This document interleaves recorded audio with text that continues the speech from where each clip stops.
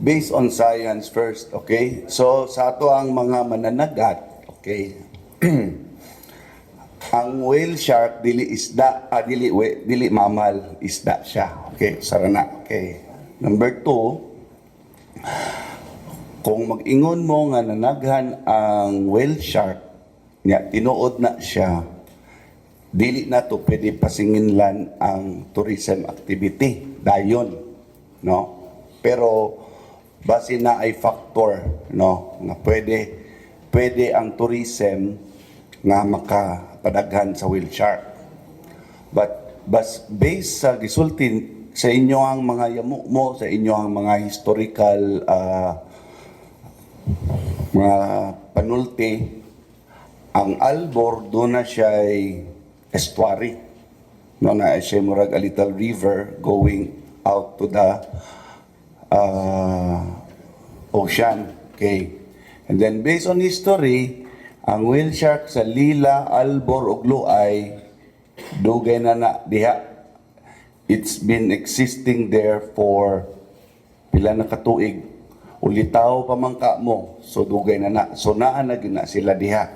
So bot pasabot, that is a natural habitat. Sa Bisaya, unsay natural habitat, mao na ginailahang karaang pamuyan. Kung dili na nilang karaan nga di sila gapuyo, mao na ilang lugar nga kung asa sila mukaon, or sa English feeding ground. Okay, so ang pagkaon sa isda ang murag ang tanom kailangan og nutrients, no?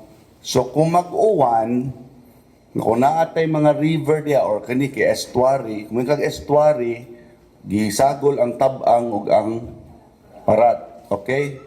So kung mugawas na sa dagat, nagay na mix sa tubig, na ay mixing sa tubig.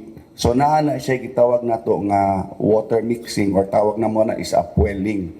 So makaykay ang mga organic material sa ubos, musaka. Kana siya mo contribute na siya sa pagkaon sa gagmay nga isda.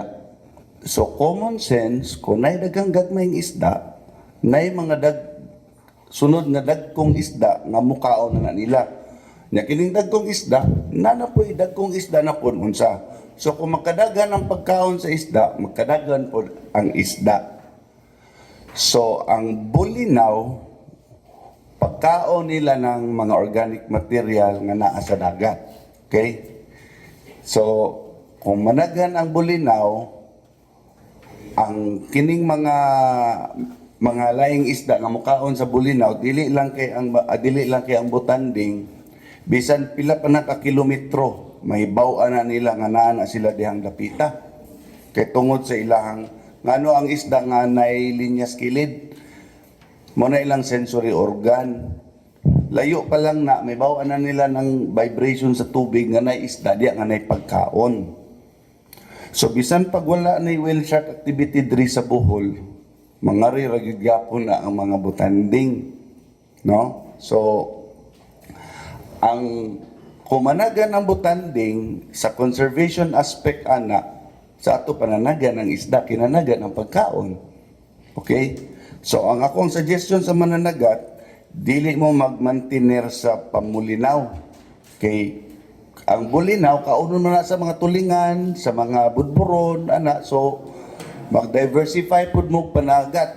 Og na may problema sa pukot, sulti ang bipar, kay mga hatag mig unsa ninyo, fishing gear. Kay mo ang regular project, no? So, unya, plus, wala pud mo'y proof nga nagfeeding ang Albor. So murag dili pod fair na diretso day tag-accuse, no, nga ana. So studyohan na to maayo kung unsa ba gyud ngano nalagan ang whale shark, ngano nigamay ang bulinaw nga ana. So daghang faktor ana. So dili na to unsahon ang usa lang kabutang, no. So pwede sad nga nag-init ang tubig kay na may epekto sa climate change.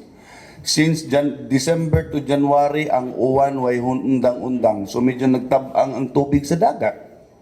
So ang seasonal karon sa fishing, dili na siya on a regular pattern. Dili na tuuna may bawo na to season for bulinaw karon mausab-usab na, di ba? Kitungod sa effect sa climate change. Once mo init ang tubig bisan 1 degree on a normal scale on a large scale basis dili lang kay di man mo init ang tubig sa municipality lang, on a large scale man it's a one body of water. Muinit ng tubig ana mawagtang ang bulinaw. Dili lang bulinaw, hasta ang butanding. So, for LGUs who are inclined to this kind of activity, dapat naagid mo plan B. Okay, that has been my warning to Oslo. Okay, I've been also nag-share po yung aning mga discussion sa time sa Oslo. So, ang dapat na sila plan B kay the effect of climate change, waktang layo na. Bisan ugma, waktang layo ng whale shark. Mangita na sila bugnaw nga tubig. Pero wala na to na foresee ang pandemic. So, in terms of economic benefits, so, isa na siya sa mga factor. Okay? So, sa perspective sa tourism activity, ma'am, we cannot say nga di na nag-violate because you cannot control the animal to stay away from the boat 20 meters. Bisan magtambay ra ka diha, musod yun na mo maglangoy-langoy yun na ang butanding. So unsahon na to pag qualify if di nag-violate, no? Okay, that is also a problem in Oslo. So muna ang kana siya, that is a regulating lang para in case the animal is just over there naga-swim, dili yung ang mismo ang tao dili mo duol. Ana lang. Pero kung ang shark mo duol nimo wa na kay mabuhatan na. Pero ang based sa inyong provincial ordinance, if you are strict about prohibiting provision, then that's okay, no?